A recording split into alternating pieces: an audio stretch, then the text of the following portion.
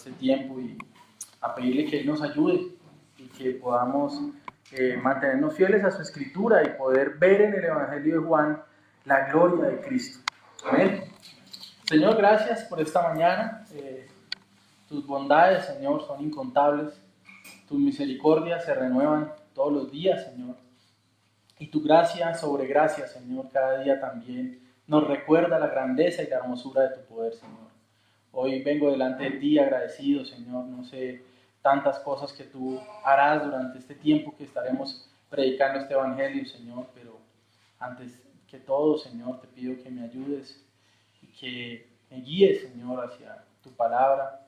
Señor, tal vez cuando terminemos este evangelio, tal vez tú ya hayas ordenado a otro pastor o otros 2 pastores dentro de nuestra iglesia, Señor.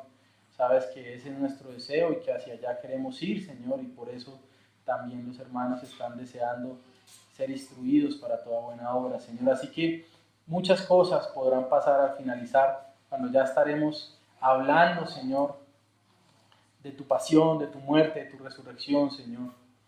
Y hasta que allí lleguemos, Señor, te pedimos que nos acompañes, que tú seas con nosotros en este camino y que nuestros corazones estén dispuestos a escuchar y a vivir estas palabras, Señor. Te agradezco, Dios, en nombre de Jesús. Amén.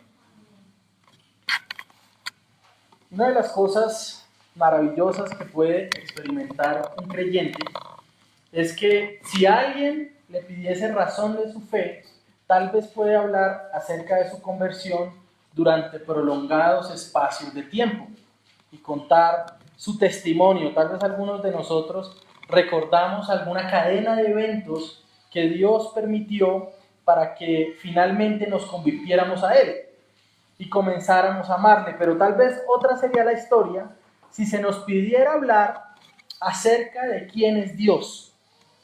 Una de las cosas que podemos decir es que creemos en un Dios que es incomprensible. Y es que es verdad, ninguno de los creyentes hoy día y ninguno de los creyentes del pasado podría poner su frente en alto con orgullo y decir: comprendo perfectamente al Señor. Y esto sería una contradicción, porque si alguien pudiera comprender perfectamente a Dios, entonces Dios dejaría de ser Dios. Lo que podríamos decir entonces, con gran gozo en nuestro corazón, es que creemos en un Dios tan incomprensible que todos los libros de este mundo no podrían contener todos los detalles acerca de quién es Él. Podríamos decir que tardaríamos una eternidad en comprenderlo plenamente y que aún así nos faltaría más tiempo. Pero a la misma vez que decimos que Dios es incomprensible, podemos decir también con gran gozo y con gran alegría que ese Dios se ha dado a conocer, que aún siendo pecadores, ese Dios eterno, poderoso y bueno se ha revelado para que le conozcamos y aún más para que tengamos una relación con Él. Y es que ese es el tipo de Dios en el que nosotros hemos creído, hermanos. Un Dios tan infinitamente maravilloso, glorioso, que es Él mismo quien debe revelarse a los hombres para que éstos puedan conocerlo. Pero es un Dios tan maravilloso que está dispuesto a hacerlo de su propia voluntad, sin ninguna necesidad de hacerlo. Dios se ha revelado a los hombres. Y no solamente Él se ha revelado a nosotros, sino que también lo ha hecho de la manera más gloriosa que podamos imaginar. Lo ha hecho por medio de su Hijo, por medio de la segunda persona de la Trinidad encarnada, para mostrar a los hombres las maravillosas bondades y los atributos del Dios invisible al cual nadie había podido ver antes. Y entonces nos encontramos acá en este domingo 17 de septiembre del año 2017, 2000 años después de que ese Dios se hiciera hombre y habitara entre nosotros, congregados como un grupo de hermanos con un deseo de poder conocer más a ese Dios que se ha revelado a nosotros. Ese Dios que nos amó primero, antes de que lo pudiéramos amar. Ese Dios que aún en nuestro pecado, estando muertos, se acercó a nosotros para que pudiéramos tener la vida que solamente se encuentra en Él. Y aquí entonces en ese día nos disponemos a iniciar este hermoso recorrido por este evangelio, escrito por aquel discípulo del que se decía que era el discípulo amado, aquel que se recostó en el pecho del Señor en aquella última cena donde dijo a los suyos: cuánto he deseado comer esta Pascua con ustedes. Aquel discípulo que fue el menor de los 12, el cual tenía aproximadamente 25 años cuando el Señor fue crucificado y del cual incluso se corrió la leyenda de que era imposible asesinarlo. Pero de ese joven que caminó con el Señor desde sus 22 años aproximadamente, ya no queda casi nada. El apóstol Juan llega a Éfeso después de estar varios años como pilar en la iglesia de Jerusalén.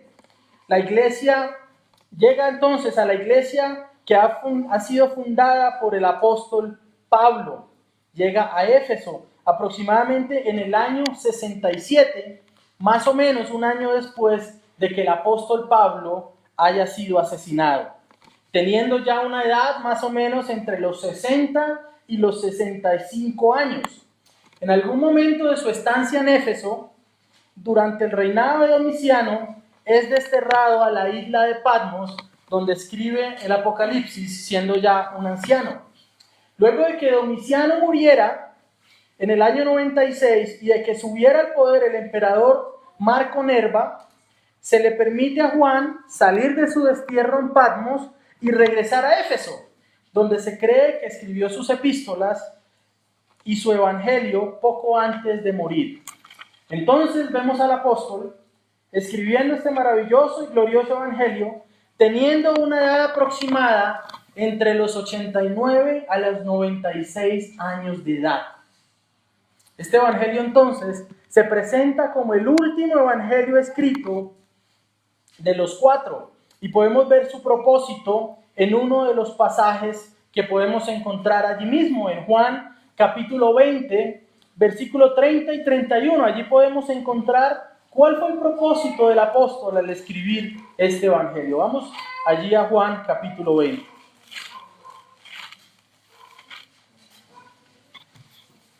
Versículo 30. Hizo además Jesús muchas otras señales en presencia de sus discípulos, las cuales no están escritas en este libro.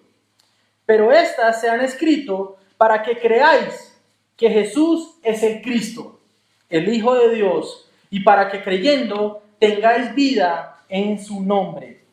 Nos encontramos entonces, hermanos, ante un evangelio escrito de una forma maravillosa, con una profundidad gloriosa, pero al mismo tiempo con gran sencillez en cuanto al idioma utilizado.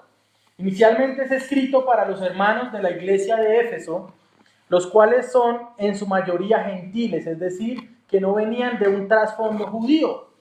Se cree que el apóstol Juan ya conocía los otros 3 evangelios y que a la hora de escribir el suyo asume que sus lectores también conocían los otros 3, los cuales son llamados los evangelios sinópticos porque están estrechamente relacionados entre sí. En varios pasajes que nosotros iremos viendo del evangelio de Juan, él nombra sucesos que no son descritos en su evangelio, pero que se asume que los lectores ya conocen.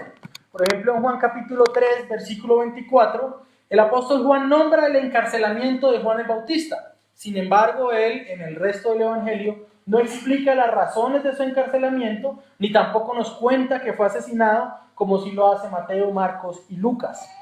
El objetivo principal entonces, al escribir el evangelio, como vimos antes en el capítulo 20, es que los lectores crean que Jesús es el Cristo. Ese es el propósito que él tiene al escribir esto. Que crean que Jesús es el Hijo de Dios y que creyendo puedan tener vida eterna. Podemos hablar también de algunos objetivos. Este es el principal. Esta es la razón. Que conozcamos quién es Jesús, que sepamos que Él es el Hijo de Dios y que creyendo tengamos vida. Pero hay otros propósitos o otros objetivos que podemos pensar como secundarios. Uno de ellos puede ser completar de alguna manera los otros 3 evangelios, es decir, narrar cosas que los otros evangelistas no colocaron allí. También uno de los propósitos o de los objetivos secundarios del apóstol Juan era combatir ideas erróneas sobre Juan el Bautista. ya que algunas personas se habían bautizado en su nombre. Eso lo podemos ver en Hechos capítulo 19.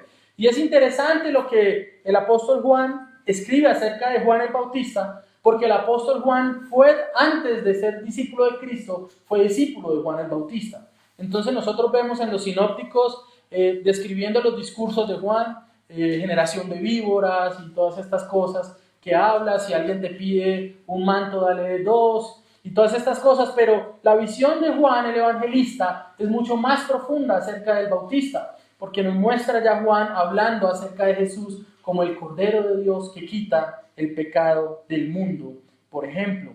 Otro objetivo también secundario de escribir este evangelio es combatir las herejías de Cerinto. ¿Quién era Cerinto? Cerinto fue un hereje que vivió en la época de Juan. Enseñaba que Jesús, aunque tenía mayor sabiduría que todos los hombres, no era más que un hombre.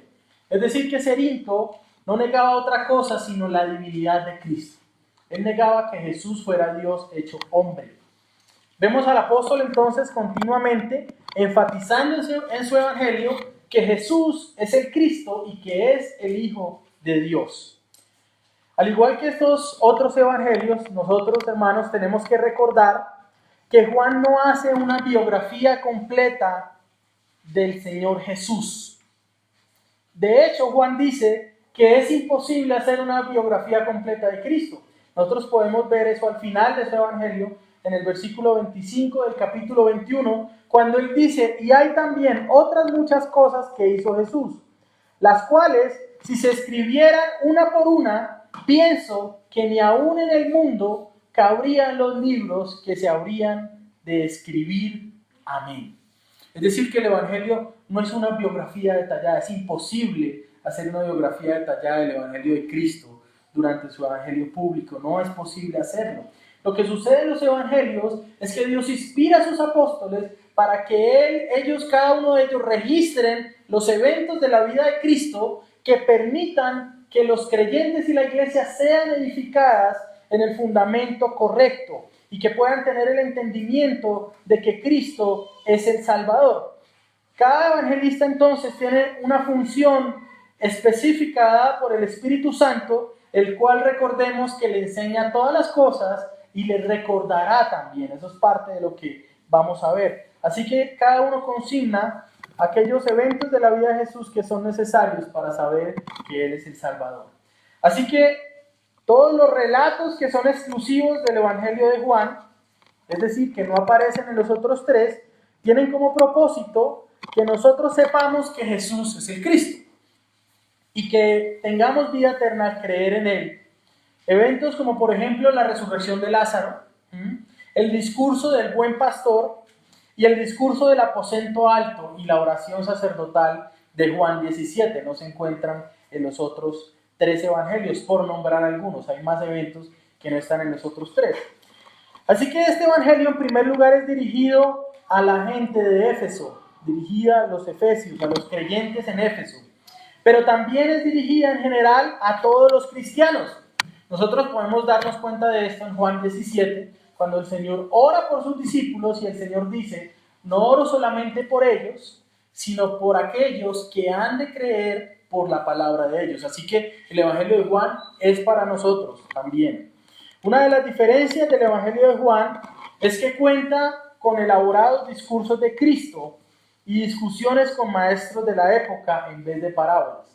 En Mateo, Marcos y Lucas nosotros vemos al Señor hablando en parábolas, pero el Señor no siempre le habló en parábolas a los maestros y a los intérpretes de la ley. Muchas veces también lo hacía de manera directa, con discursos profundos como el que vemos en Juan capítulo 6, donde Jesús dice, yo soy el pan de vida, sus padres comieron el maná en el desierto y murieron. Así que nosotros podemos ver acá a Cristo hablando de esta forma también con estos intérpretes de la ley. Otra cosa que también vemos en los evangelios sinópticos es que hay un énfasis en el reino de Dios.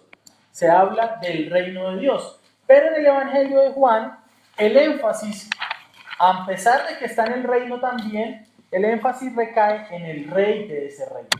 Es decir, Mateo, Marcos y Lucas hablan de cómo es el reino de Dios y vemos las parábolas. El reino es como una semilla de mostaza y todas estas cosas. Pero en el Evangelio de Juan se enfoca en mostrar quién es el rey de ese reino. ¿Quién es ese que gobierna en este reino? También encontramos en este Evangelio, hermanos, 7 yo sois. Vemos a Cristo usando varias veces esta expresión que nos hace eco del encuentro que Moisés tiene con Dios en la zarza. Pero aquí se declara, por un lado, yo soy el pan de vida, Juan capítulo 6, yo soy la luz del mundo, Juan capítulo 8, yo soy el buen pastor, y yo soy la puerta, Juan capítulo 10, yo soy la resurrección y la vida, Juan capítulo 11, yo soy el camino, la verdad y la vida, Juan capítulo 14, y finalmente en Juan 15, yo soy la vid verdadera. Así que ya sabe que no se puede perder esta serie, hermanos. Juan también menciona la promesa y obra del Espíritu Santo en los capítulos 14 al 16, y también encontramos muchas similitudes esperanzadoras en referencia al Apocalipsis. De hecho, la estructura del Evangelio de Juan es muy parecida a la del Apocalipsis, pero no vamos a ver eso hoy, porque vamos a predicar el Evangelio de Juan. El apóstol Juan fue particularmente importante para la iglesia primitiva. No solo fue el pilar de la iglesia en Jerusalén cuando el cristianismo comenzó, sino que también pastoreó la iglesia en Éfeso. Pero además de eso, Juan es el único apóstol que escribe en 3 estilos diferentes. Juan escribe Evangelio, Juan escribe epístolas y Juan también escribe el Apocalipsis, que en sí mismo el Apocalipsis constituye un estilo literario totalmente diferente a todo lo que se había escrito antes. Así que es interesante todo esto, que la forma como el Señor utiliza al apóstol Juan. Juan también es el último apóstol en morir. Y Juan discipula durante su vida a Policarpo. Policarpo fue una de las figuras más importantes de la iglesia del siglo II para los hermanos que están estudiando historia de la iglesia. Y Policarpo al mismo tiempo discipuló a Ireneo, quien fue el obispo de Lyon en Francia. Imagínense, ya siglo II, el evangelio ya estaba en Francia, ya habían iglesias constituidas. Ireneo es importante porque es el más prominente adversario del gnosticismo del siglo II. El gnosticismo comienza en la era apostólica y decía que Cristo no había venido en carne, sino que era una especie de fantasma, una especie de espíritu que podía ser visto, y que su propósito era enseñarle a los hombres cómo descubrir internamente la forma de ser salvos, ¿sí? Y usted ve a esa gente todavía en el Parque de Lourdes, hipnosis, ¿sí? El conocimiento de sí mismo y todo este tipo de cosas. Así que Ireneo escribe su obra llamada Contra Herejías. Es una de las obras más importantes en la que él defiende la encarnación de Cristo y también la divinidad de Jesús. Así que imagínense cómo es importante que nosotros enseñemos correctamente. Juan enseña a Policarpo, Policarpo enseña a Ireneo, y Ireneo pone las bases también de la defensa de la fe en el siglo II, si no estaríamos creyendo quién sabe qué tipo de locuras. Así que en los versículos 1 al 18 del capítulo 1, Juan da su introducción a toda la carta. Vamos a ver algunas cosas. Mi deseo, y el Señor sabe que anhelaba predicar todos estos 18, pero a raíz de la profundidad que hay ahí, vamos a alcanzar a ver hasta el versículo 5. Pero usted tiene que saber que la introducción de todo el Evangelio va del versículo 1 al versículo 18. Y eso es lo que voy a leer, y vamos a ver algunos puntos que vamos a estar viendo. Tal vez nos tomará 2 sermones más para terminar la introducción de este Evangelio. Así que vamos a leer.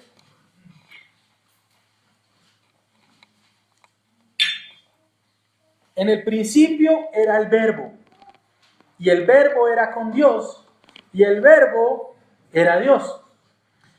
Este era en el principio con Dios. Todas las cosas por Él fueron hechas, y sin Él nada de lo que ha sido hecho fue hecho.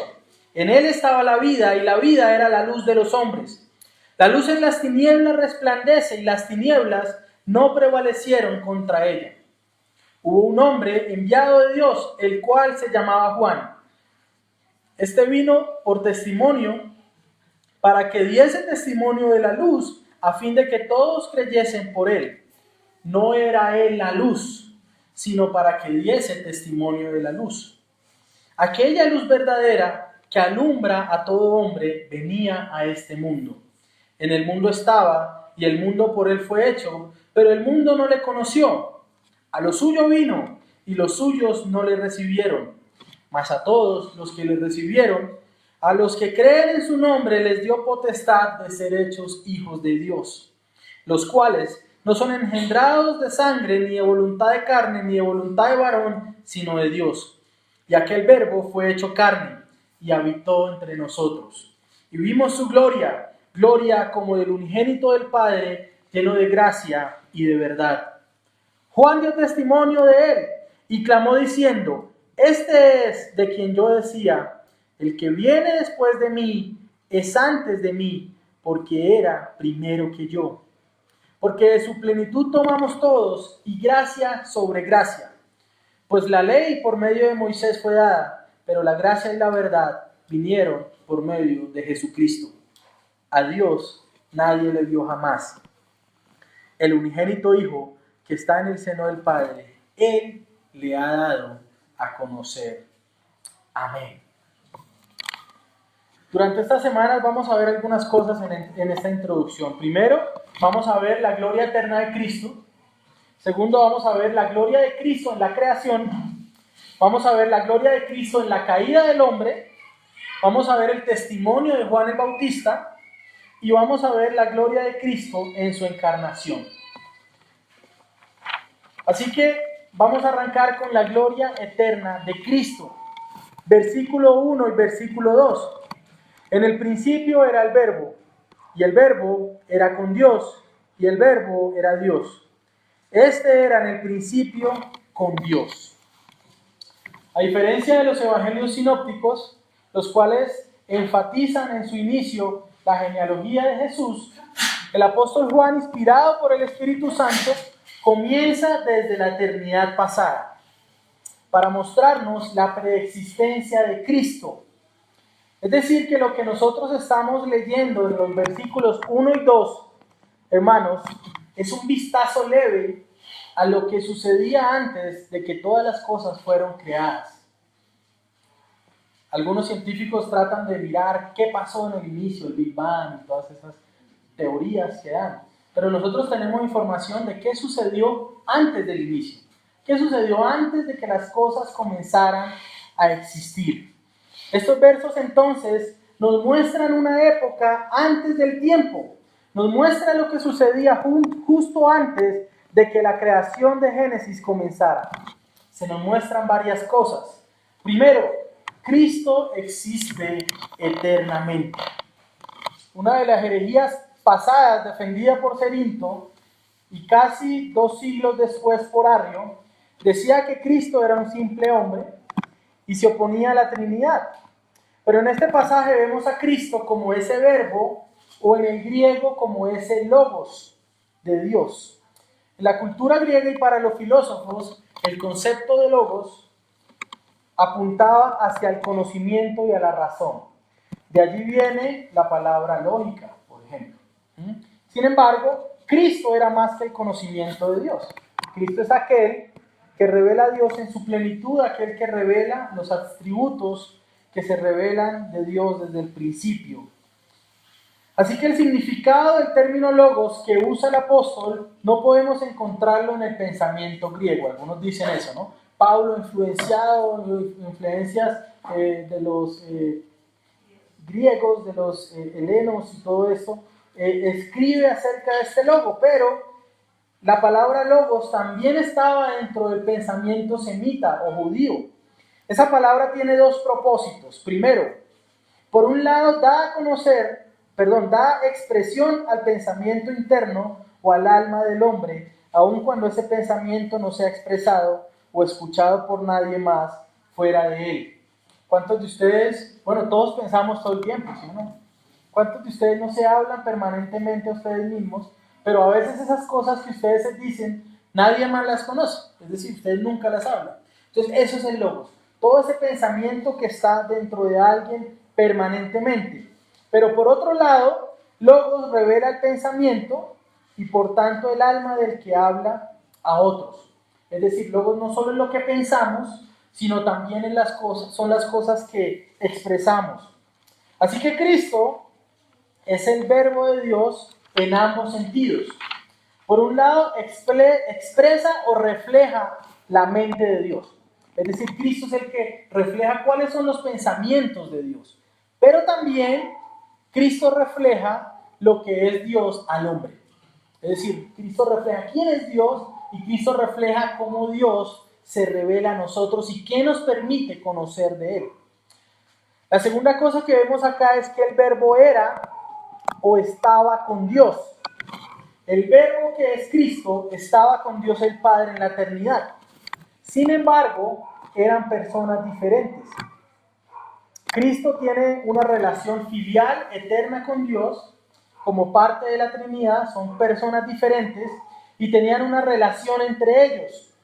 Así que Cristo en la eternidad, al igual que el Espíritu Santo, acompañaban a Dios Padre. Podemos ver esto también en 1 de Juan, capítulo 1, versículo 2. Vamos a ver allí brevemente.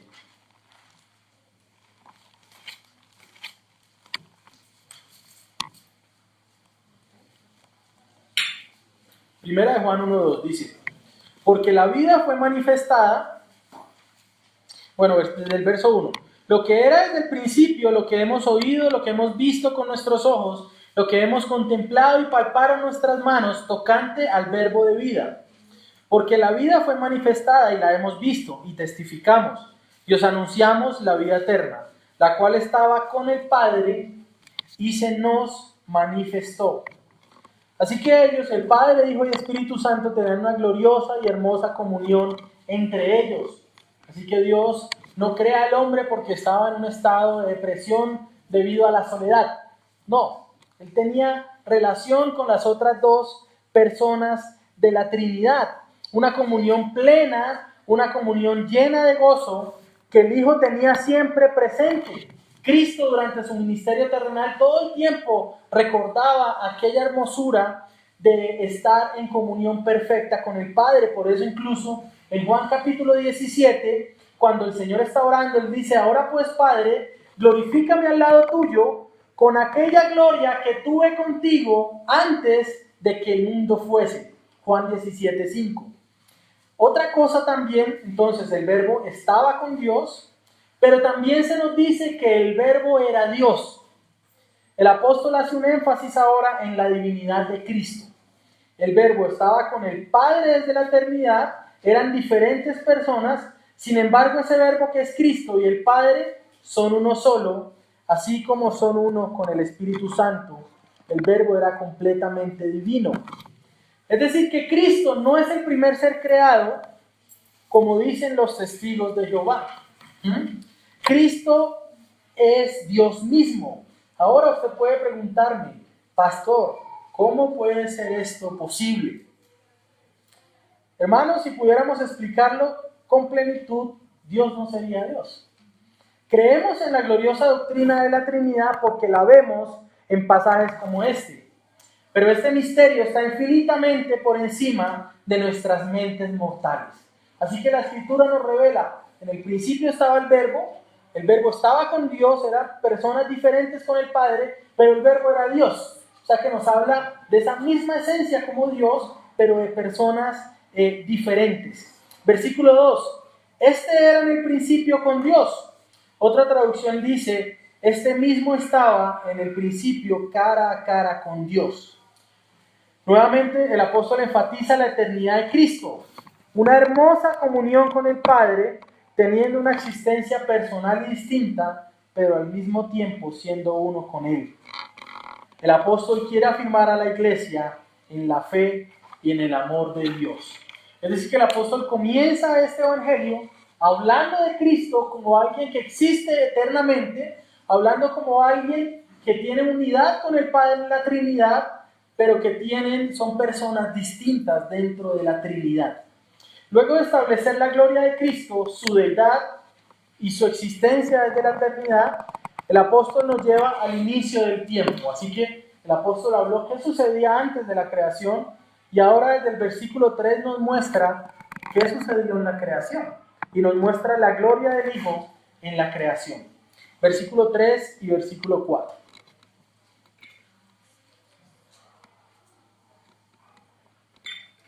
Todas las cosas por Él fueron hechas. Y sin Él, nada de lo que ha sido hecho fue hecho. En Él estaba la vida, y la vida era la luz de los hombres. Así que el apóstol ahora nos muestra que Cristo en la creación está de dos maneras. Primero, Cristo es el agente creador del Padre durante la creación. Todas las cosas fueron creadas por medio de este verbo divino. Todas las cosas vinieron a existencia por medio de la palabra de Dios. Recordemos Génesis capítulo 1. Cuando se nos muestra, dice, y Dios dijo sea la luz, y Dios dijo sean los animales. Todas estas cosas Dios las crea por medio de su palabra.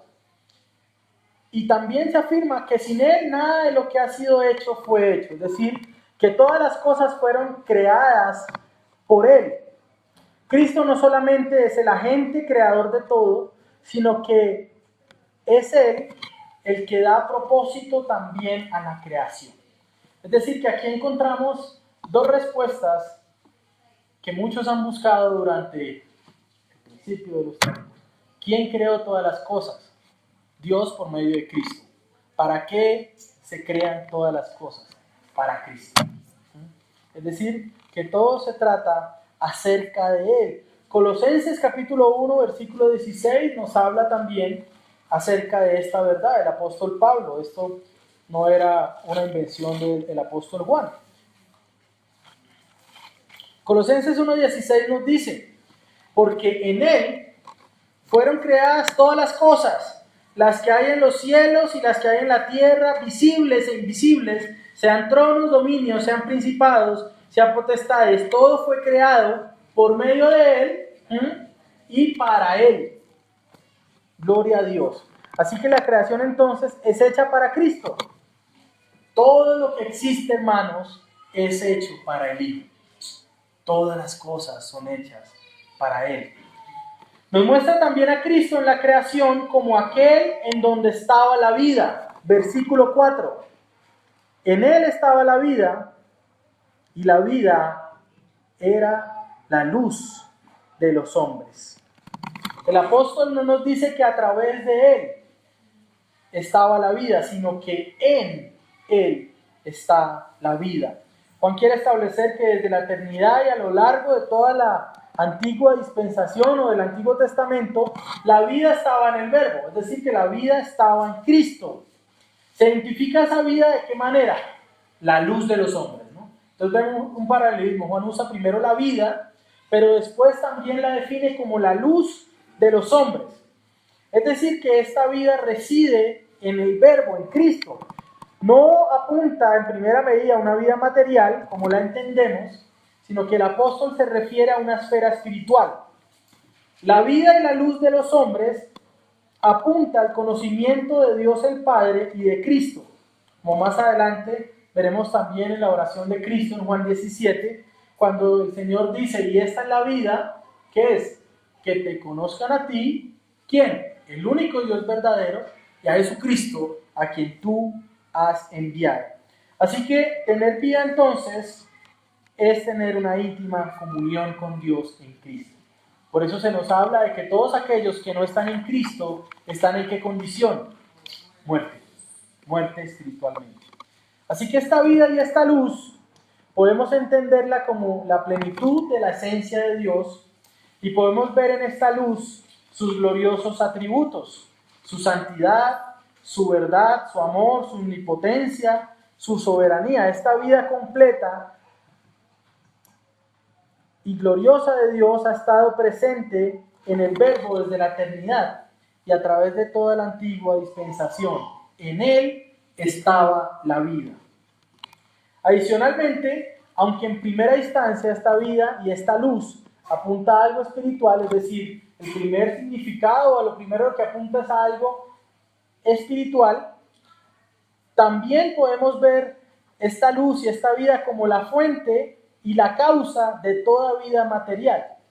Todas las cosas por Él fueron hechas y sin Él ninguna de las cosas que existe llegó a ser.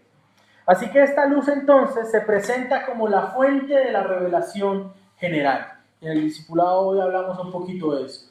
¿Qué es la revelación general? Todas las cosas creadas. Así que Cristo entonces es la fuente de toda revelación general.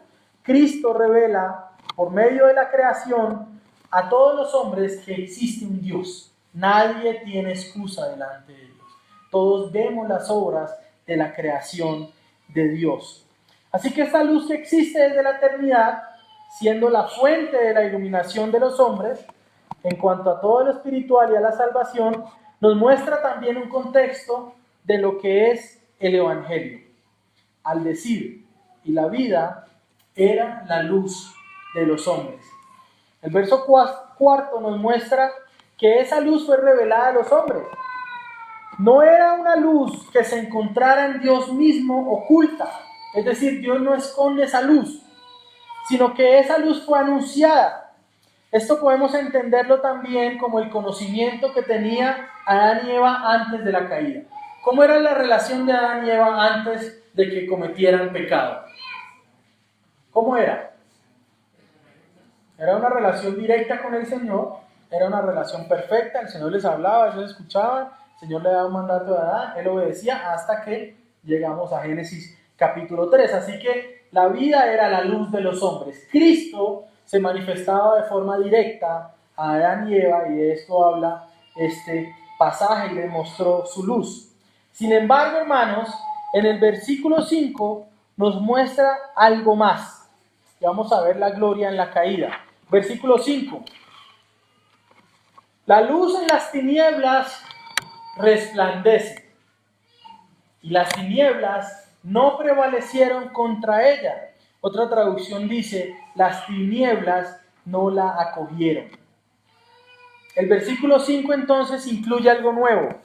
Llegaron las tinieblas. No estaban allí, al principio no se habla de ellas, pero ahora nos habla de que las tinieblas han llegado. Juan ha hablado de la gloria de Dios antes de la creación. Después habla de la gloria de Dios en la creación, siendo revelada a Adán y a Eva al ser creados. Pero algo sucede y ahora esa luz tiene que resplandecer en medio de las tinieblas. Ahora esa luz tiene que mostrarse en medio de un mundo que es oscuro.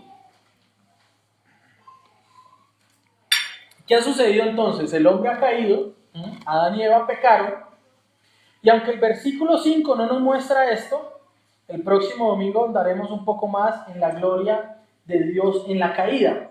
Podemos decir hoy que la luz entonces, a causa de la caída del hombre, tiene que resplandecer en un mundo que se ha llenado de tinieblas. El corazón del hombre, como vemos en Génesis, se ha llenado de maldad. El hombre ha querido ser como Dios.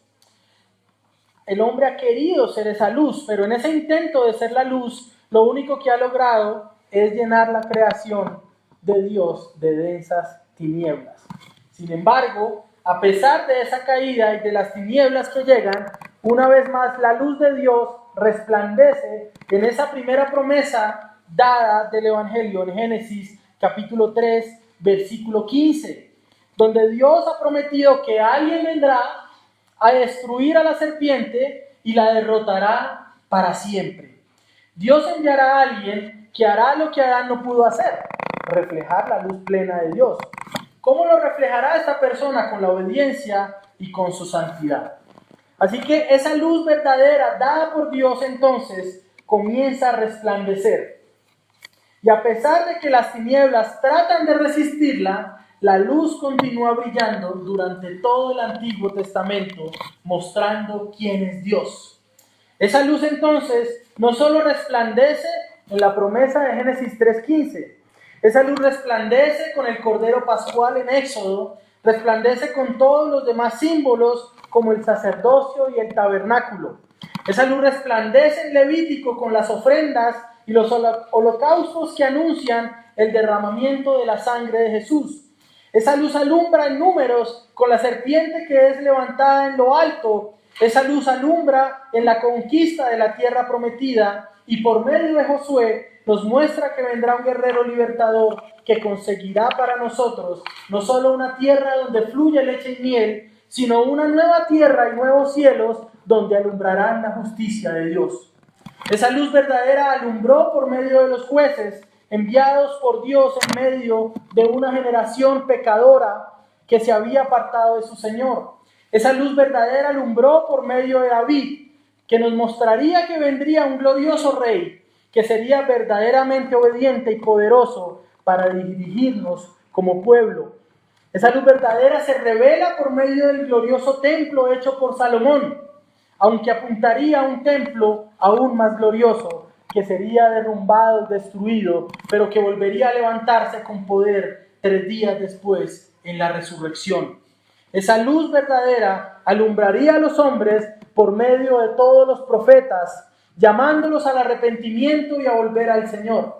Esa luz verdadera alumbraría en Daniel y en sus amigos, mostrando a un Dios que cierra la boca de los leones y al Hijo del Hombre que se pasea con los suyos en medio del más terrible fuego que la persecución del mundo puede atraernos. Esa luz del mundo alumbraría en los anuncios de aquel que nacería de una virgen, alumbraría en los anuncios de un siervo sufriente dados por Isaías, y aunque año tras año y siglo tras siglo aquella luz verdadera encontró oposición en los hombres, año tras año y siglo tras siglo aquella luz verdadera descendería a este mundo con total plenitud y glorioso resplandor. Esta luz verdadera ha llegado a este mundo para mostrar la gloria de Dios. Esa luz verdadera que está desde la eternidad con el Padre y que es una con Él, se ha hecho carne para habitar en medio de nosotros. Ha llegado el Cristo. Ha llegado el Hijo de Dios, ha llegado la luz y la vida a esta tierra. Esta es parte de la introducción al anuncio de Juan, el anciano que escribe de todo aquello que vio con sus ojos. Hermanos, que sea toda la gloria a nuestro Rey. ¿Cómo podemos aplicar este texto? Este texto nos manda a creer algunas cosas y también nos llama a responder. ¿Cómo nos llama este texto a creer? ¿Qué nos llama este texto que debemos creer? Primero, hermanos, debemos creer en la divinidad de Cristo. Es decir, creemos que Él es Dios. Para nosotros no hay otra alternativa para pensar frente a Cristo. No creemos que Él sea solo un profeta, no creemos que sea solo un buen maestro moral, no creemos que Él sea solamente un buen ejemplo para seguir. Creemos que Cristo es Dios. Eso es lo que creemos y eso es lo que define nuestra fe. Si alguien no declara esto, no puede llamarse cristiano, no puede llamarse hijo de Dios. Somos llamados a creer también en la eternidad de Cristo, es decir, que Él no fue creado, sino que Él existe desde siempre. Somos llamados, hermanos, también a creer en la Trinidad. Es una doctrina que define al cristianismo. No hay cristianismo sin Trinidad. Somos llamados a creer también en que Dios es el creador de todas las cosas y que Cristo es el medio de la creación y que Cristo también es el propósito de la misma. Pastor, me siento desorientado porque no sé cuál es el propósito de mi vida. El propósito de su vida es que usted conozca quién es Cristo. Tenemos que creer también, somos llamados a creer que la vida y la luz de Dios se han revelado desde el principio por medio de Jesús. Nunca dejó de alumbrar esta luz a los hombres, ya sea por medio de las sombras o de los símbolos, pero la luz de Dios siempre brilló en medio de los hombres. En aquel templo, con esos sacrificios y con esos derramamientos de sangre, brillaba la luz de un Dios que es capaz de perdonar al pecador y que entregará lo más preciado, que es su Hijo, para que usted y yo podamos conocer a Dios y ser perdonados por Él. Pero este texto también, el Evangelio de Juan, también nos llama a responder. Nos llama a responder ante la luz y la vida de Cristo, quien se desprendió de la comunión plena y el gozo en el Padre para descender a un mundo caído y oscuro que siempre se ha opuesto a la luz. Cuando usted entiende dónde estaba Cristo antes de la eternidad, antes de la creación del tiempo, cuando usted puede entender dónde estaba Cristo antes de nacer en ese pesebre, usted puede entender qué tan grande es el amor de Dios que tuvo por nosotros. Estaba en una comunidad, en una comunión plena con el Padre, en un gozo perfecto, y tuvo que descender y sujetarse a los padecimientos de nuestra carne humana. Y no solo tuvo que sujetarse a eso, sino que tuvo que verse enfrentado a sacerdotes, fariseos, saduceos y levitas, que hablando supuestamente en nombre de este Dios, se enfrentaron y lo resistieron como hijo de Dios. Qué grande es el amor de Dios, que estuvo dispuesto a encarnarse en su Hijo para que nosotros lo conociéramos a Él. Así que debemos responder con agradecimiento a Dios por nuestra vida, por lo que Él hace en nosotros, por permitirnos escuchar su palabra y por conocerlo. Debemos responder entonces también con un agradecimiento pleno a Dios, y también debemos responder a Dios con un deseo de buscarlo más en las Escrituras para ser deslumbrados por Él y su majestuosidad. Así que en las Escrituras no vamos a encontrar una nueva revelación al leerla. Lo que debemos buscar es una nueva luz, una luz que alumbre nuestro entendimiento para que nosotros podamos comprender cosas acerca de Dios que antes no entendíamos. Así que vamos a las Escrituras como la revelación de Dios para hallar esa luz verdadera que es Cristo y para que viéndolo a Él y creyendo en Él tengamos vida eterna. Hermanos, tenemos que ir a las Escrituras. Usted no puede pretender acostarse y querer que Dios le hable en sueños si usted no hable nunca la Escritura, la estudia y se humilla ante ella para saber quién es Dios. Debemos responder también en arrepentimiento y fe. Yo no conozco a algunos de los que están acá y a otros sí. Y lo que le puedo decir es que usted ha vivido una vida resistiendo a la luz del Señor. Pero yo quiero decirle algo como alguien que también vivió 20 años de su vida resistiendo a esa luz. La luz siempre prevalece. Ella no puede ser resistida. Ella no puede ser detenida. Así que, hermanos, si usted ha escuchado esto y por primera vez ha escuchado el Evangelio, quiero decirle que el Señor no puede ser resistido por nadie y que Él desea que tengamos una comunión y una vida a su lado. Este glorioso Dios que condescendió para habitar en medio de nosotros, siendo la gloria misma de Dios andante, nos llama a que nos arrepintamos y a que lo busquemos a Él. ¿Cuándo? Mañana, cuando esté viejo, pasado mañana, hoy. ¿Cuándo debemos buscar a Cristo? Hoy. ¿Cada cuánto debemos recordarnos quién es Él? Todos los días. Porque todos los días necesitamos del Evangelio. Así que, hermanos, que Dios nos ayude en este viaje. 5 versículos hasta ahora. Y tanta majestuosidad y tanta gloria de Dios que podemos ver allí en este Evangelio, mostrándonos este verbo que estaba desde antes de que el tiempo existiera, habitando con el Padre, siendo uno con Él, y que ahora se ha acercado a los hombres. Vamos a orar.